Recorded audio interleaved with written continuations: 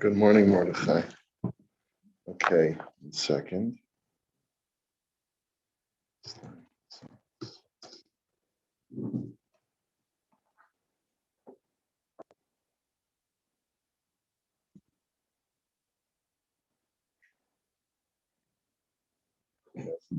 Let me just share with you something. I'll share with you on the screen.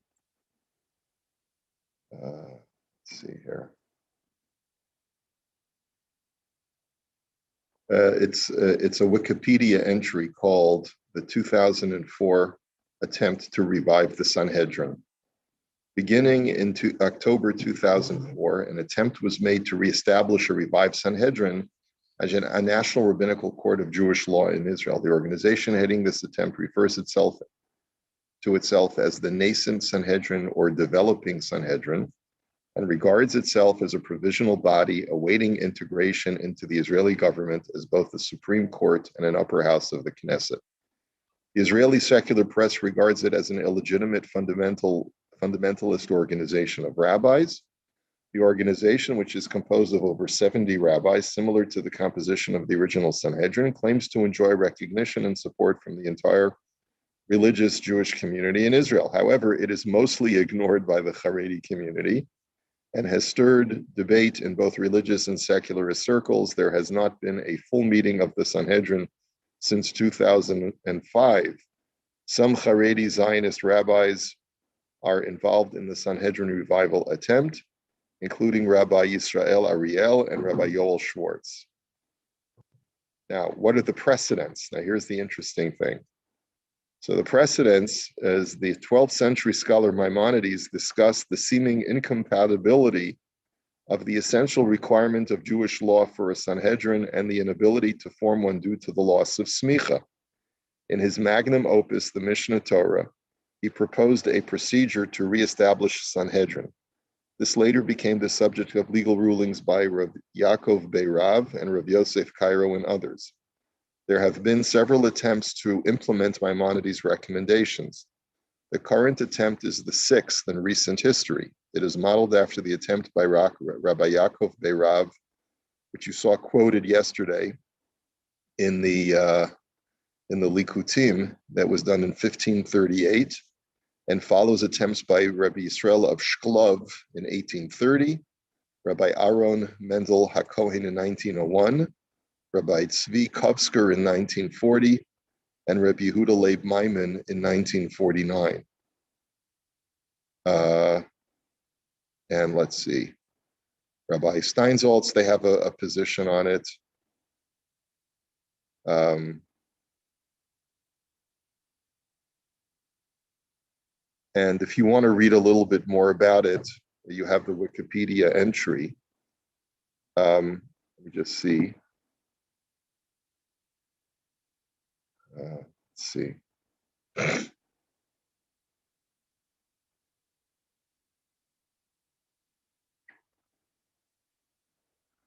Revival.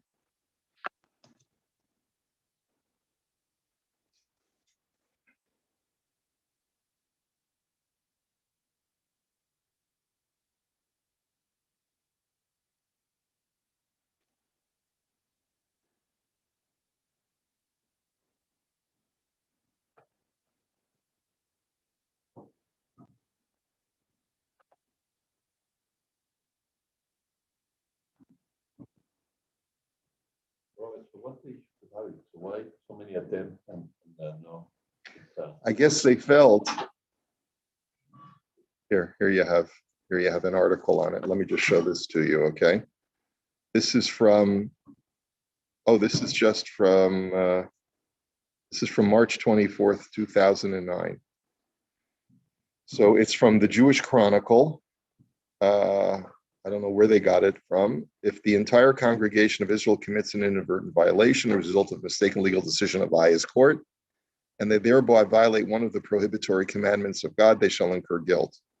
If a Jewish state could be revived after 2,000 years, then why hasn't the Sanhedrin, the great Jewish court of the first and second Commonwealths, been revived? Okay. So this, a verse This was written in March of 2009. He writes something in the Parsha. In his commentary to the Mishnah, a medieval Spanish rabbi theologian, Maimonides, writes, if all the Jewish sages and their disciples would agree on the choice of one person among those who dwell in Israel as their head, but this must be done in the land of Israel, and that person establishes a house of learning, he would be considered as having received the original ordination, and he could then ordain anyone he desires. Maimonides adds that the Sanhedrin would return to its original function as it is written in Isaiah, I will restore your judges as at first and your sages as in the beginning. Such a selection would mean an election, a list of candidates, ballots. And who does the choosing? The sages and their disciples, everyone with a relationship to Torah sages and Jewish law. In an alternate source, however, Maimonides extends the privilege of voting to all adult residents of Israel. The idea reappears in Maimonides' Mishnah Torah laws of Sanhedrin, except there he includes with the phrase, this matter requires discussion or decision. In 1563, a sage of Tzfat, Rabbi Yaakov Beirav, attempted to revive classic ordination using Maimonides' formula. In an election in Tzfat, Beirav was declared ordained. He then ordained several of his disciples. However, rabbis in Jerusalem, led by Rabbi Levi ibn Chaviv, which we also saw in yesterday's Likutim, opposed the Tzfat decision. When the question was put before the Ridvaz, Rabbi David ben Zimra, chief rabbi of Egypt, he ruled in favor of the Jerusalem rabbis, the rabbi who said that this was not legitimate. To ben Zimra, not only had the election been restricted to one city in Israel, but also the phrase, the matter requires decision, suggested that Maimonides may have changed his mind and was leaving the issue unadjudicated. Beirav understood that the phrase requires decision referred to whether one sage was sufficient to ordain others, or three sages were required for ordination. But he was convinced that Maimonides had no doubt about the method and inevitability of reviving classic ordination. Centuries later, the minister of religion in Israel's first government, Rabbi Yehuda Leib Maimon, tried to convince the political and religious establishments that along with creation of the state, there should be creation of a Sanhedrin. In his renewal of Sanhedrin in our renewed state, he cites a copy of Maimonides' commentary to the Mishnah, published along with emendations and additions written by Maimonides himself. There, Maimonides writes that ordination in the Sanhedrin will be renewed before the coming of the Messiah, which implies that it must be achieved through human efforts. What is the basis for his most democratic suggestion? I believe it stems from a verse in this week's Parsha quoted above. Commentators ask, how can an entire congregation sin? Rashi identifies congregation of Israel with the Sanhedrin. In other words, the verse really means if the Sanhedrin errs. The Jewish people are a nation defined by commandments, precepts, and laws. Therefore, the institution that protects and defines the law is at the heart of the nation's existence. In fact, how the Jewish people behave, what they can do, becomes law. Knowing all this, it should not come as a surprise that Maimonides wanted to revive the ordination and found a method democratic in its design. The people equals the Sanhedrin. The people can choose one leading Jew who will then have the right to pass on his ordination to others to recreate the Sanhedrin. For Maimonides, the population living in the land of Israel represents the historical congregation of Israel. And apparently Maimonides is saying that before the next stage of Jewish history unfolds, the nation will have to decide who shall be given the authority to recreate the ordination and who will be the commander-in-chief of the rabbis. Will it happen in our lifetime?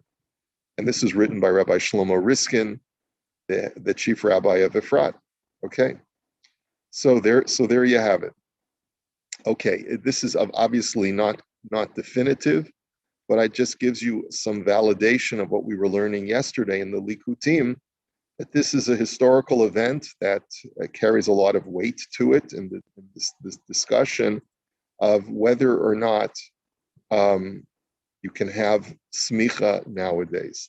I think we should go on. Let us go on to Chaf Aleph, which is a discussion of the original issue of smicha. Dayanim Semuchim, that we don't have rabbis who have the original smicha anymore. So in the Likutim, he brings us a story that appears in the Gemara in Sanhedrin, Daf Yudalad Amud Aleph. Depam echas gazra malchus harisha gezera al Yisrael, shekol hasomech yehareg, v'chol hanismach yehareg. That the Roman government made a decree. They said that anyone who grants smicha will be killed. It could have been the Persians also, by the way, I'm not sure. They said anyone who grants smicha will be put to death, and anyone who is granted smicha will be put to death. And they further said, the ear shesomchem ba techareg, any city in which the smicha was granted will be destroyed. That city will be destroyed. Utechumin shesomchem ba ye'akru, and any borders of that city, in other words, even outlying suburbs that where people are located, if they grant smicha there, that entire area will be uprooted. So ma asa Yehuda ben Bava. So what did Yehuda ben Bava do? This is probably sometime around the 1st century of the Common Era.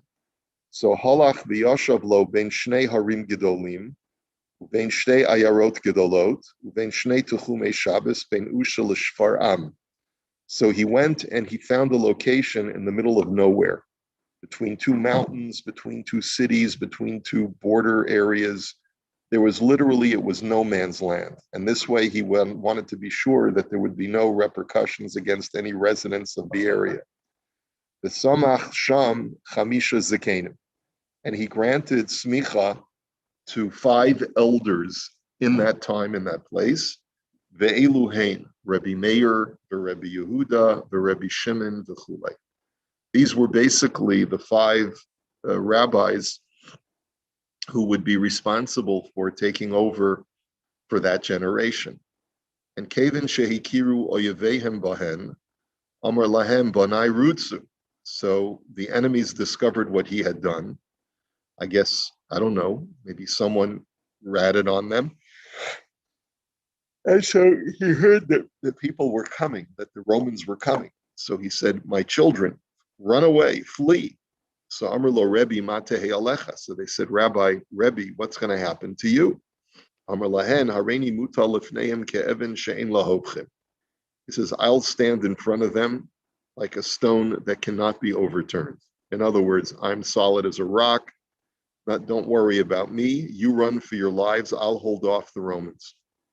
Amru lo zazu misham ad shenoatzu bo shlosh meos lunavios shel barzel ve'asauhu kikavara. And as the story has a tragic ending, they took 300 spears and stabbed him through so that his body was like a sieve by the time they were done with him. So Rabbi Yehuda ben Bava sacrificed his life in order to continue smicha. And I guess just the point of bringing this story is to show that that was probably also eventually why smicha was finally sort of ran out of steam at some point in Jewish history, just because it was under attack. Okay, let us now. There were 5 sages of that generation that received smicha, and they were the ones responsible for continuing smicha for a few more generations into the time of Rabbi Yehuda Hanasi. For about a century, smicha continued for another century. No. That's 7 Tovei Ha'ir. That's 7 city council members. That's something totally different. This is just a story. The story is that he gave smicha to 5 rabbis. What we were learning yesterday from a halachic standpoint is that the Gemara talks about how each town would typically have 7 city council members. And they would be vested with the authority to make decisions. If you have less than 7, the Imrei Yaakov said, then you can't make unilateral decisions without consulting with the rest of the citizens of the area. That's what he had told us. Now, so we no longer judge dine knasos. We no longer judge laws of extracting penalty payments from litigants. So if a person steals, for example, he's got to pay what he stole and make up the loss. the person that was stolen from, to the victim, but he's not obligated to pay kafel or tashlume dalid vehe, which is when you steal an animal and sell it or butcher it, then you have to pay 4 or 5 times the animal's value.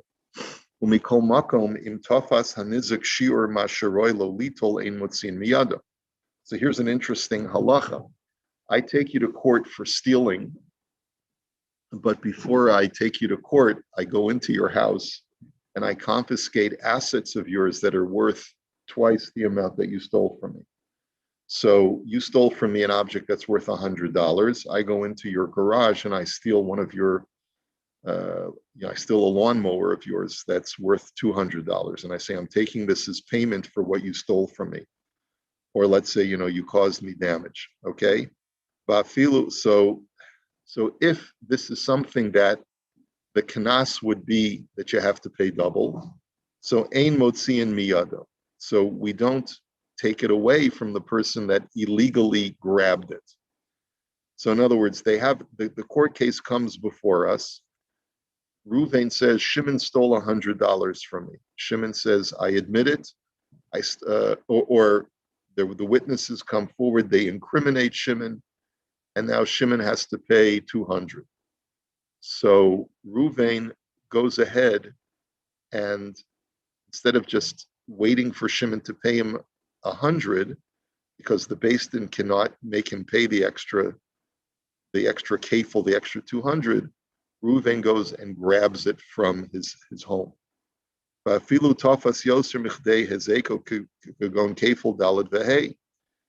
true even if Reuven confiscates on his own more than the value of the object that was stolen. So, and this is of course a troublesome halacha, because what if Shimon confesses in Beis Din? The halacha with kafel is that if you confess that you stole it, then you don't have to pay kafel anymore. You don't have to pay the double penalty. So all of this is very tentative based on the circumstances. Umikol makom, asr litvos shum davar al yedei akum. The only thing that you're not allowed to do is you're not allowed to go and forcibly confiscate something from Shimon, the Ganav. And you also are not allowed to confiscate it via getting a hold of a Gentile and hiring him to break into the guy's home. Umikol makom b'di'evid yesh omrim dimahani. But some say that if it was already done, then Reuven is allowed to keep what he confiscated. Im tafas hanizik demahani hainu shenasa al yedei zeh mamono mamish. Vafilu chazer hamazik v'tafas lo mahani v'yesh cholkim. So he further says, what if Shimon tries to take it back from Reuven, right? So if Reuven has already made it part of his estate, part of his assets, then Shimon does not have a right to grab it away from him.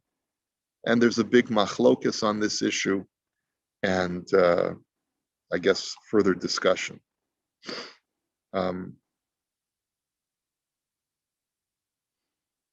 Now, knasos, ayin Imrei Yaakov le'inyan knasos she'enam ksuvim degovim. He says there are some penalties that are still collectible. And that's what we had learned in the Imrei Yaakov. In the Imrei Yaakov in Kuf Dalid, he had told us that if the Chachamim impose penalties, and so these are not penalties that are listed in the Torah, like paying double for theft or 50 pieces of silver for rape and so forth. So then, but if the Chachamim institute a knas, those are still actionable in a Beis Din today.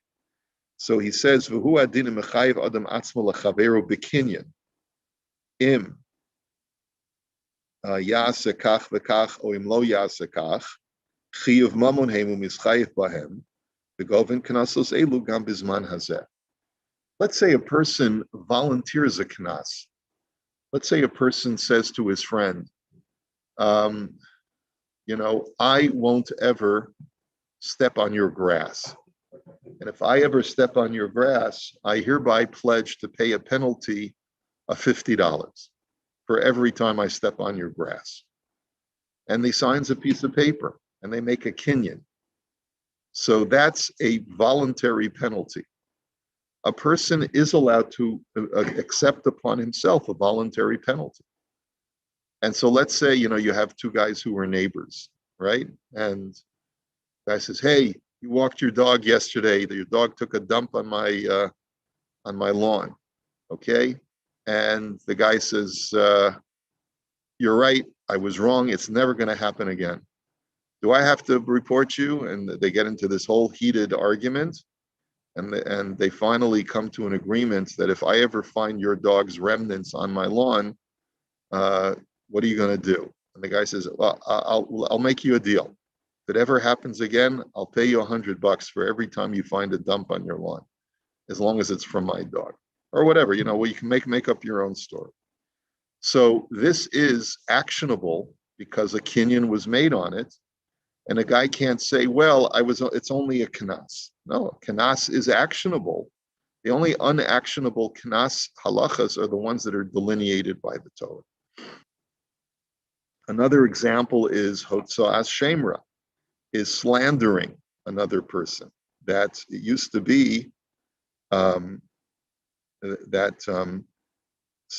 so for example, the chavolos shehika ishas re'ehu v'cherufim shecherfu vishu bidvarim uvahotza'as shemra ve'ein lana rishus el lenados es achovel. So he says, for those kinds of actions of humiliating a person or slandering a person, right? Those things are only actionable in Beis Din. That the only thing the Beis Din can't extract monetary payments for those kinds of things, we learned. But what they can do is they can put a person in nidoy. They can put a person under a ban. So he writes in the Likutim, Kasfu ha'achronim, Nisha chata b'hotza'as shemra v'shana v'chata, shuv ein manichan oso lifdoso. That we don't, if a person slanders his friend but continues this vile behavior, we don't give him the opportunity to redeem himself because he's already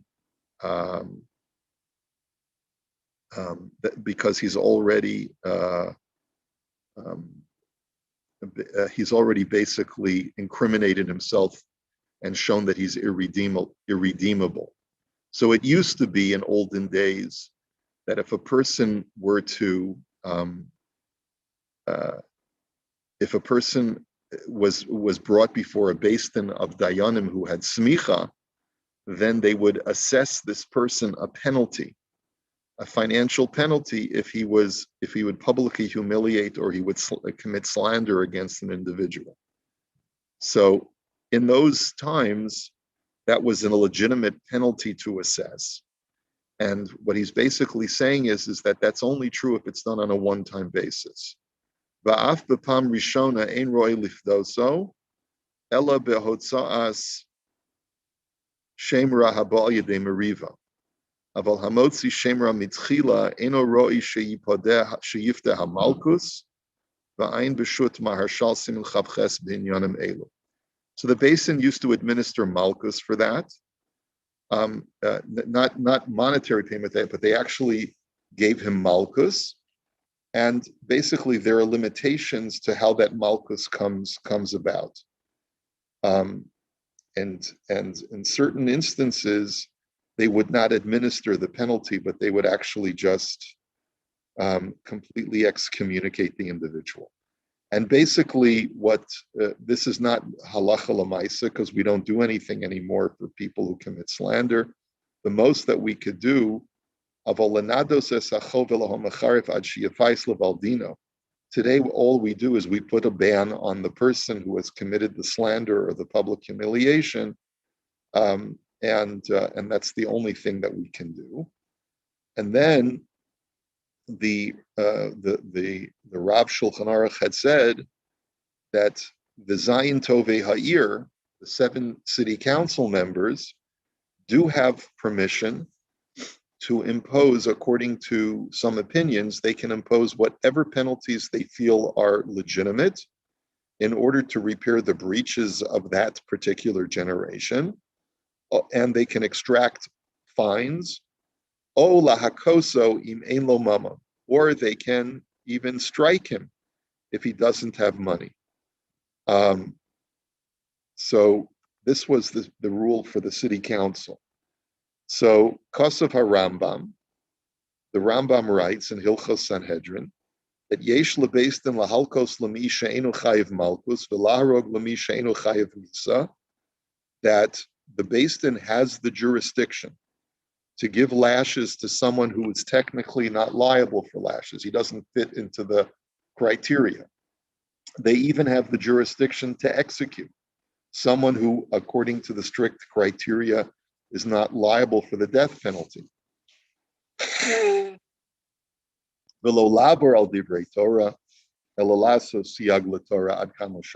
do this not because license is granted for them to violate the Torah, but rather license is granted to them to make a fence around the Torah.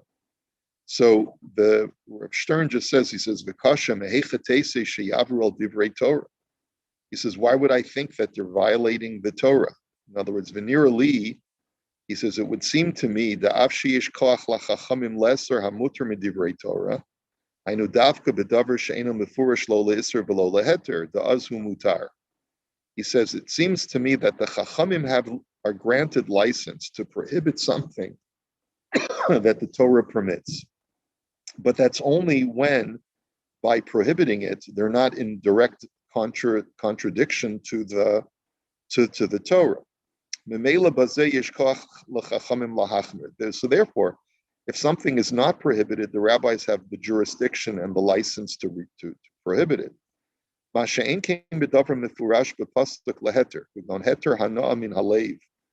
let's say the rabbis want to prohibit something which the Torah explicitly permits. In other words, the rabbis can prohibit something that's not explicitly permitted, but it's not explicitly prohibited, so they can come along and prohibit it. But what if Scripture explicitly permits something? Let's say in permitting the different parts of an animal, the Torah permits one to eat the heart of the animal.